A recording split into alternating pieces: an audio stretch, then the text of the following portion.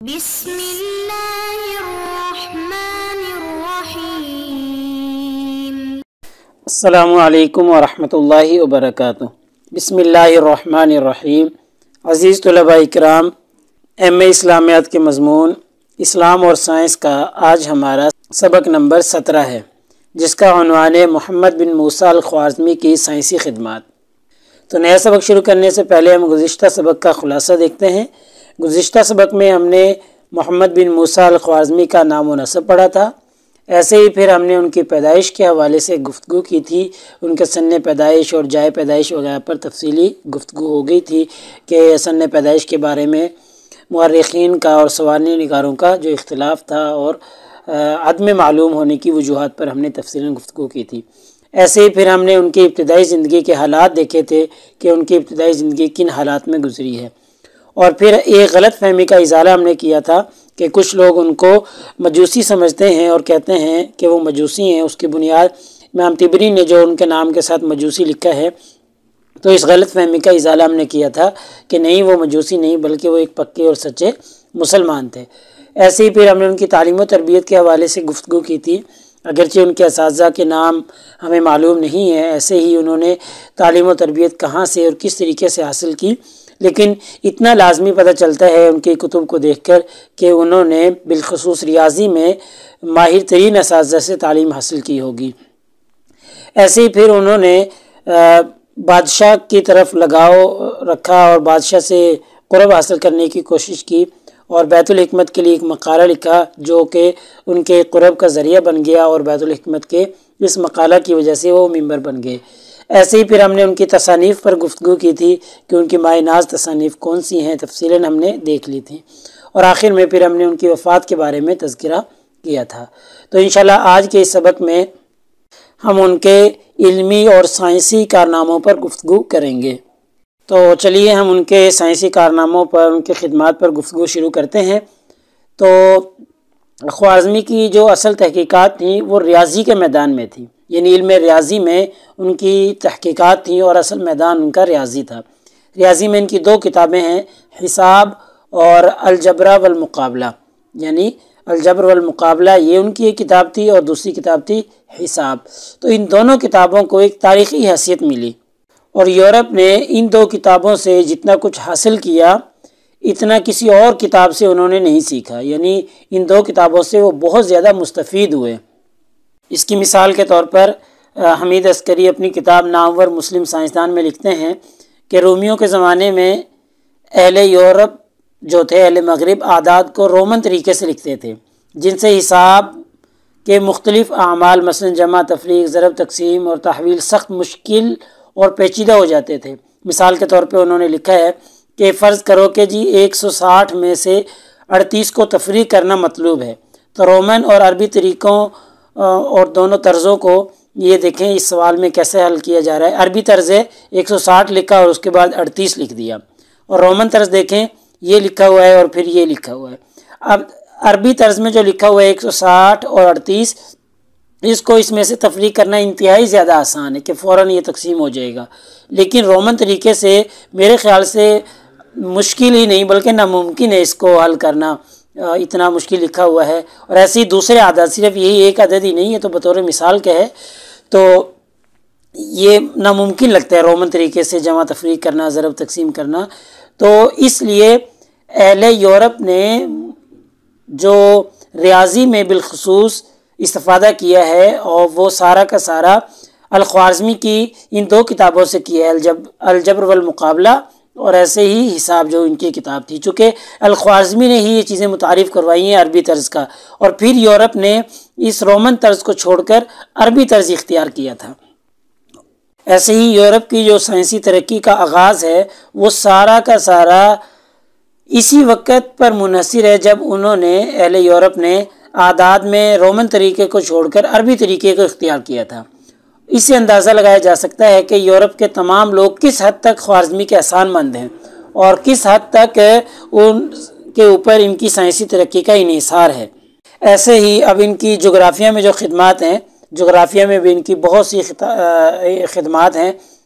اگرچہ یہ ریاضی کے فن کے ماہر تھے لیکن انہوں نے جغرافیہ پہ بھی کام کیا ہے۔ انہوں نے ایک رسالہ اسطرلاب کے نام سے لکھا تھا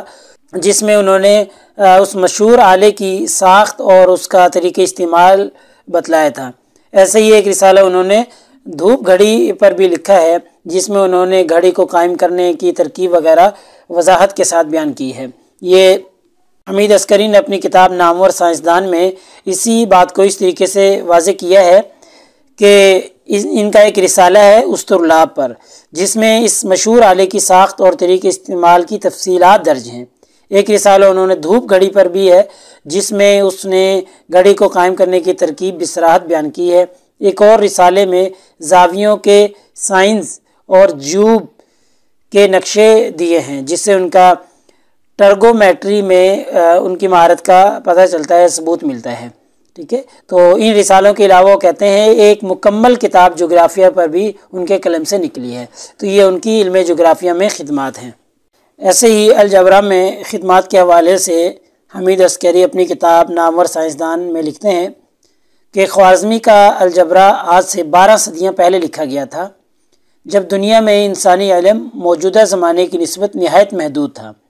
لیکن اس کے باوجود اس کے الجبرے میں جو سوالات حل کیے گئے ہیں ان میں بیشتر ایسے ہیں جنہیں ہمارے ہائی اسکول کے 10 جماعت کے طلباء حل نہیں کر سکتے، کیونکہ ان میں دوسرے درجے کی مساواتیں استعمال ہوتی ہیں اور دوسرے درجے کی مساواتوں کو حل کرنے کے قاعدے ہمارے موجودہ نصاب کے مطابق انٹرمیڈیٹ میں سکھائے جاتے ہیں۔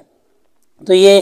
الجبرا میں ان کی بہت سی خدمات ہیں، مساوات کو حل کرنے کا طریقہ انہوں نے ایجاد کیا۔ ایسے ہی الخوارزمی کا ایک بہت بڑا کارنامہ یہ بھی ہے کہ الخوارزمی نے صفر کا استعمال شروع کیا، یعنی جو ہندسوں میں اعداد میں صفر کا استعمال کیا جاتا ہے، 0، 1، 2، یہ صفر کی ایجاد ان کی طرف منسوب ہے، اور ایسے ہی انہوں نے 1 سے لے کر 9 تک کے ہندسوں کو الگ الگ استعمال کیا۔ اس سے پہلے یورپ میں یہ طریقہ استعمال نہیں کیا جاتا تھا، بلکہ جیسا کہ ہم پیچھے بھی پڑھ چکے ہیں یورپ میں رومن ہندسوں کا رواج تھا، ان کو استعمال کیا جاتا تھا، لیکن الخوارزمی نے یہ انتہائی زیادہ آسان طریقے سے صفر کا استعمال اور 1 سے لے کر 9 تک کے اعداد کو الگ الگ کیا، جس سے جمع، تفریق، ضرب، تقسیم وغیرہ میں انتہائی زیادہ آسانی پیدا ہو گئی۔ ایسے ہی علم تاریخ پر اگر ہم آپ کی خدمات کا جائزہ لیں تو علم تاریخ پر آپ نے کتاب التاریخ کے نام سے ایک کتاب لکھی تھی جو کہ اب ناپید ہو چکی ہے، نہیں ملتی، اور کئی مورخین نے اسے اسلامی دور کے واقعات کے بارے میں ایک مستند حوالے کے طور پر بھی پیش کیا ہے، تو جس سے پتہ چلتا ہے کہ الخوارزمی نے علم تاریخ پر کتاب التاریخ کے نام سے ایک کتاب لکھی تھی، اور اس میں آپ صلی اللہ علیہ وسلم کے زمانہ سے لے کر ان کے اپنے زمانہ تک کے واقعات کو درج کیا تھا انہوں نے، اور ان کو نجومیوں کے طرز پر درج کیا تھا۔ جیسے ہی آپ صلی اللہ علیہ وسلم کی ولادت ہوئی تو آپ کی ولادت کے وقت جو ستارے تھے، کواکب تھے، ان کے جو قرانات تھے ان سے آپ صلی اللہ علیہ وسلم کی آئندہ نبوت کا اندازہ لگایا، تو اس طریقے سے انہوں نے یہ ستاروں کی ترتیب پر اور نجومی کے انداز میں لکھی تھی۔ بہرحال ایک مستند کتاب تھی تاریخ کے موضوع پر۔ ایسے ہی علم فلکیات پر اگر الخوارزمی کی ہم خدمات کا جائزہ لیں تو فلکیات کے موضوع پر بھی آپ نے ایک کتاب تحریر کی ہے، اور اس کتاب کا نام تھا عزیز السند ہند۔ مورخین کہتے ہیں کہ الخوارزمی نے جو کتاب لکھی تھی وہ سنسکرت کی ایک کتاب جس کا نام سدھانتا تھا، اس کتاب کو سامنے رکھ کر الخوارزمی نے یہ عزیز السند ہند کتاب لکھی تھی، اور اس کتاب میں الخوارزمی نے جداول وغیرہ کے طریقوں کو استعمال کیا تھا، اور ان جدول کو استعمال کرتے ہوئے فلکیات کی وضاحت کی تھی۔ ایسے ہی پیچھے بھی ہم پڑھ چکے ہیں فلکیات کے موضوع پر بھی جو انہوں نے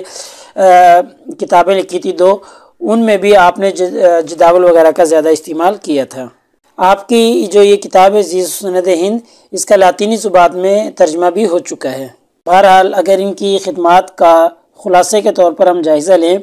تو الخوارزمی کا جو سب سے بڑا کارنامہ ہے وہ علم ریاضی کے موضوع پر ہے۔ علم ریاضی کے یہ ماہر ترین شخص تھے،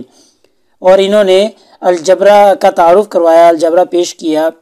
اور ایسے ہی انہوں نے الجبر والمقابلہ کتاب لکھی، علم حساب کے اوپر انہوں نے کتاب لکھی، تو تو یہ 2 کتابیں ان کی اہم ترین کتب ہیں، اور یورپ نے ان سے بہت زیادہ استفادہ کیا، اور یہ جو موجودہ ترقی ہے یہ یوں سمجھ لیں کہ ان کی مرہون منت ہے، چونکہ انہوں نے انتہائی زیادہ آسان انداز میں ریاضی کو پیش کیا تھا۔ اس سے پہلے بہت ہی زیادہ مشکل ترین طریقے سے علم ریاضی کو پڑھایا جاتا تھا۔ ایسے ہی انہوں نے 0 کی ایجاد کی تھی، اور علم ہندسہ میں انہوں نے 1 سے لے کر 9 تک کے ہندسوں کو الگ الگ بیان کیا تھا، اور آسان اور فہم انداز میں بیان کیا تھا۔ جمع، تفریق، ضرب، تقسیم کے انداز جو تھے وہ انہوں نے آسان انداز میں پیش کیے تھے۔ اور ایسے ہی صرف ریاضی پر ہی نہیں، ریاضی پر تو ان کی زیادہ خدمات ہیں، ریاضی سے ہٹ کر بھی ان کی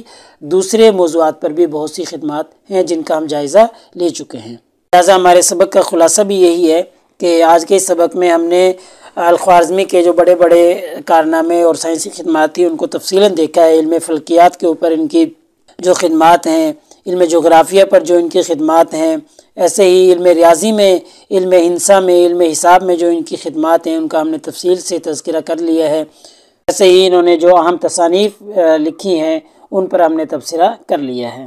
تو اگر پیپر میں پوچھی جانے والے سوالات سے متعلق گفتگو کریں تو ایک سوال تو یہ پوچھا جاتا ہے کہ الخوارزمی کی سائنسی خدمات پر نوٹ لکھیں، اور ایسے ہی ایک سوال یہ بھی پوچھا جا سکتا ہے کہ الخوارزمی بطور الجبرا کے موجد تفصیلات تحریر کریں۔ تو چونکہ الجبرا کے موجد ہیں، علم ریاضی میں ان کے جو کارنامے ہیں الجبرا کے حوالے سے جو انہوں نے تحقیقات پیش کی ہیں وہ ساری سوال کے جواب میں پیش کر دی جائیں گی۔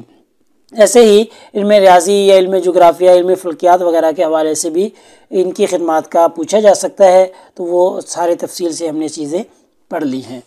تو انشاءاللہ اگلے سبق نمبر 18 میں ابو ریحان البیرونی کا انشاءاللہ ہم تعارف پڑھیں گے، اور آگے ہی ان کے خدمات کا اور ان کے سائنسی کارناموں کا جائزہ لینے کی کوشش کریں گے۔